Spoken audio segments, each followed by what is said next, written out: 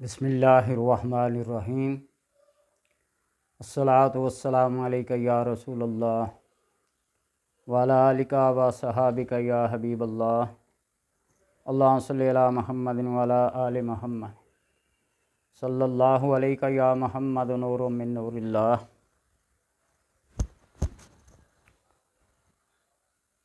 وظائف، عملیات اپنے اوقات کے لحاظ سے، وقت کے لحاظ سے اثر کرتے ہیں، لیکن ایک بات یاد رکھنا کہ مجبور بے بس انسان کے لیے کوئی وقت نہیں، کوئی ٹائم نہیں۔ جس وقت کوئی مجبوری، کوئی پریشانی، کوئی بے بسی ہے، اسی وقت میں اللہ تبارک و تعالیٰ کو یاد کریں، اس کی کلام کو پڑھیں، گلہ منت کریں اس ذات باری کی۔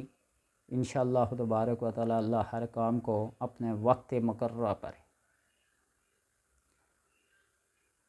قرار دیتا ہے، پورا کرتا ہے۔ وَكُلُّ أَمْرٍ مُسْتَقِرٌ، ہر کام کے لیے ایک وقت مقررہ ہے، اس بات کو ذہن میں رکھیے۔ کاروبار میں، رزق روزی میں، مال و اولاد میں خیر و برکت اور بھلائی چاہتے ہو تو تہجد سے سورج طلوع ہونے سے پہلے تک کوئی عمل کریں، کوئی وظیفہ کریں، اللہ تبارک و تعالیٰ اس کے اندر خیر و برکت عطا کرتا ہے۔ اور ویسے بھی تہجد کا جو وقت ہوتا ہے وہ قبولیت کا وقت ہوتا ہے۔ اپنے کسی مشکل کو ٹالنے کے لیے، اپنی کسی حاجت کو پورا کرنے کے لیے جب آپ اٹھیں گے اور مختصر سی 2 رکعت تہجد کے نام کی پڑھ لیں گے، اللہ تبارک و تعالیٰ کو یہ نماز اور یہ عبادت بہت پسند ہے۔ یہ ایسی لاڈلی عبادت ہے کہ ہر بات کو منوا لیتی ہے۔ تو آپ ایسا کریں، اس وقت کو وظیفہ پڑھنا چاہیں، کوئی عمل کرنا چاہیں تو کریں۔ آج جو عمل آپ کو بتا رہا ہوں وہ یہ ہے، ہر وہ کام جو آپ کر کر کے تھک گئے ہوں، رزق کے لیے، کاروبار کے لیے، بے روزگاری کے لیے، نوکری کے لیے، کوئی بھی عمل کامیاب نہیں ہوا تو آپ ایسا کریں کہ فجر کی 2 سنتیں ادا کریں۔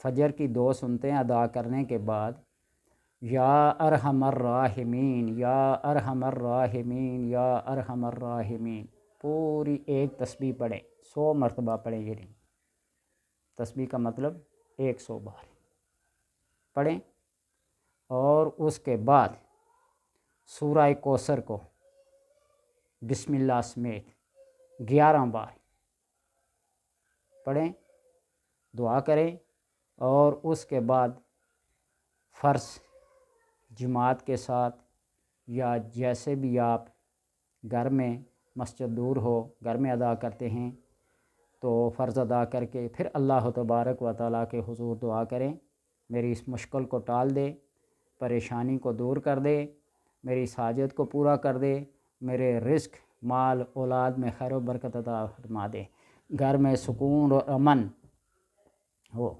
میرے گھر کو امن و سکون کا گہوارہ بنا دے۔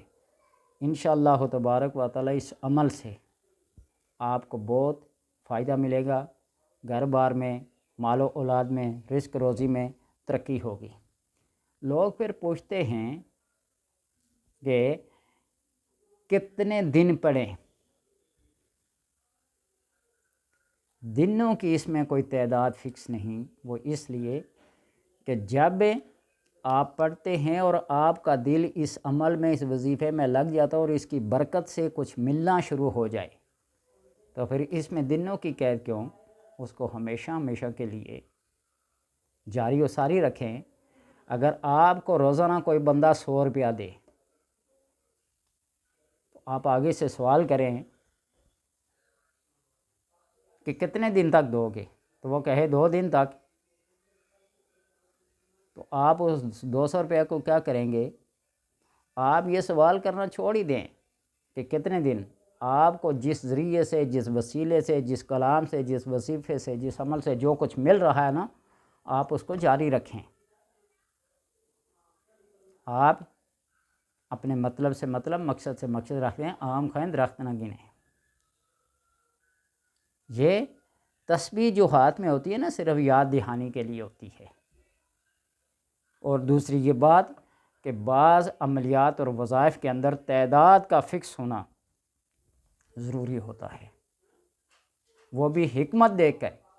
آپ دیکھیے نماز کے بعد تسبیح فاطمی پڑھتے ہیں سبحان اللہ، الحمدللہ 33 بار، اور اللہ اکبر کو 34 بار۔ یہ حدیث میں ایک تعداد فکس کر دی گئی ہے۔ لیکن ایک بات یہ ہے، سبحان اللہ، لا الہ الا اللہ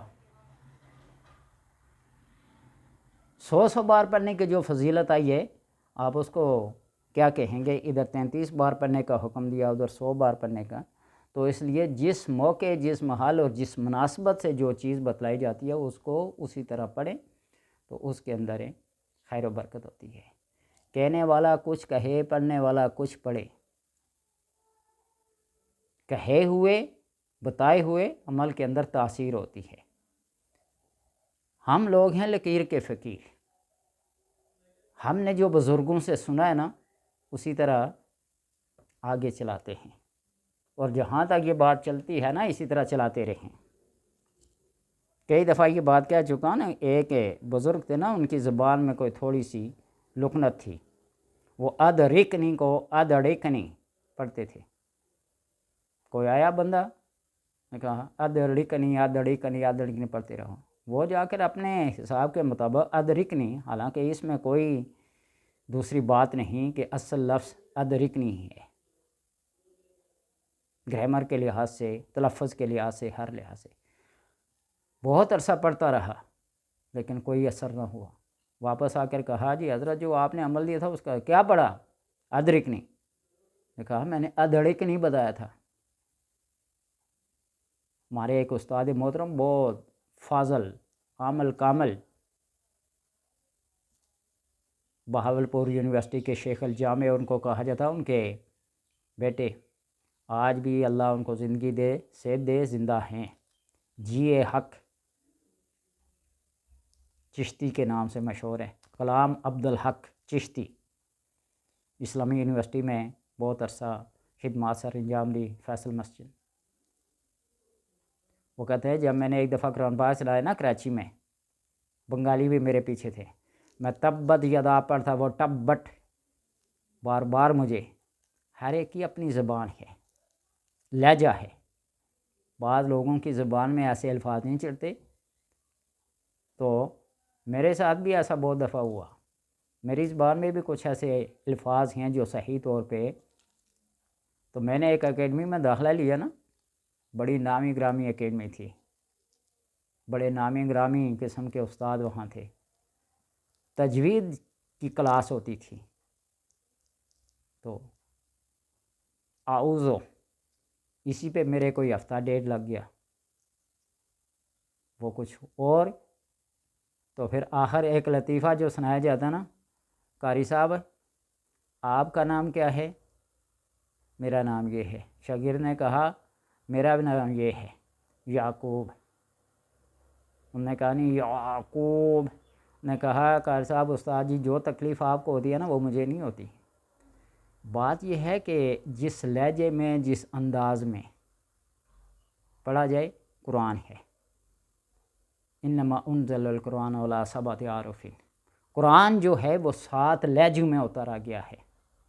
اور ہمارے پاکستان کے بہت مشہور پیر جو کہتے ہیں میں 8واں لہجہ بھی جانتا ہوں۔ تو ایک دفعہ میں نے ان سے کہا 8واں لہجہ آپ پڑھ کے بتائیں ذرا، یا ایک ہی صورت کو پہلے 7 لہجوں میں پڑھیں پھر اس کو 8واں لہجہ بنائیں۔ ایک صورت کو یوں پڑھا، دوسری کو یوں پڑھا، تیسری کو، میں نے کہا نہیں، ایک صورت لیں، سورہ کوثر ہی لیں، سورہ والضحیٰ لیں، سورہ فاتحہ لیں، اس کو 8 طریقوں سے پڑھ کے دکھائیں۔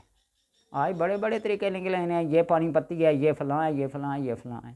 ہم نے تو بس قرآن کو پڑھا ہے، ایک ہی لہجہ جو ہمارے ہاں چلا آ رہا ہے نا اس میں پڑا ہے۔ مخارج تلفظ کہ کچھ کہہ نہیں سکتے کیسا ہے، لیکن بات یہ ہے کہ وظائف اور عملیات کے اندر ان چیزوں کی طرف اگر دھیان چلا گیا نا تو اصل بات سے آپ ہٹ جائیں گے، آپ کی توجہ جس بات پر آپ مبذول کرنا چاہتے ہیں وہاں سے ہٹ جائے گی، پھر آپ پڑھتے رہیں گے، اس کا اثر کچھ نہیں ہوگا۔ تو لہٰذا آپ اپنی توجہ کو، آپ اپنے لہجے کو جیسا بھی ہے اس میں بس دھیان سے پڑھیں۔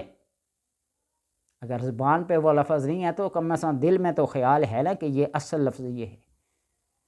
تو لہٰذا فجر کی سنتوں کے بعد 100 بار، ایک تسبیح یا ارحم الراحمین یا ارحم الراحمین یا ارحم الراحمین پڑھ، اور پھر سورہ کوثر کو بسم اللہ الرحمن الرحیم کے ساتھ ہر دفعہ بسم اللہ پڑھنی ہے۔ 11 دفعہ آپ نے سورہ کوثر پڑھنی ہے اور 11 دفعہ بسم اللہ کے ساتھ ہی پڑھنی ہے۔ پھر دعا کریں، اللہ سے اپنی حاجت طلب کریں، انشاءاللہ تبارک و تعالی اللہ آپ کی حاجت کو پورا کرے گا۔ اور ہم اللہ سے دعا کرتے ہیں کہ سب اسی کے محتاج ہیں، وہ اپنی ہی محتاجگی میں رکھے تو بہتر لگتا ہے، کسی دوسرے کا محتاج نہ بنائے۔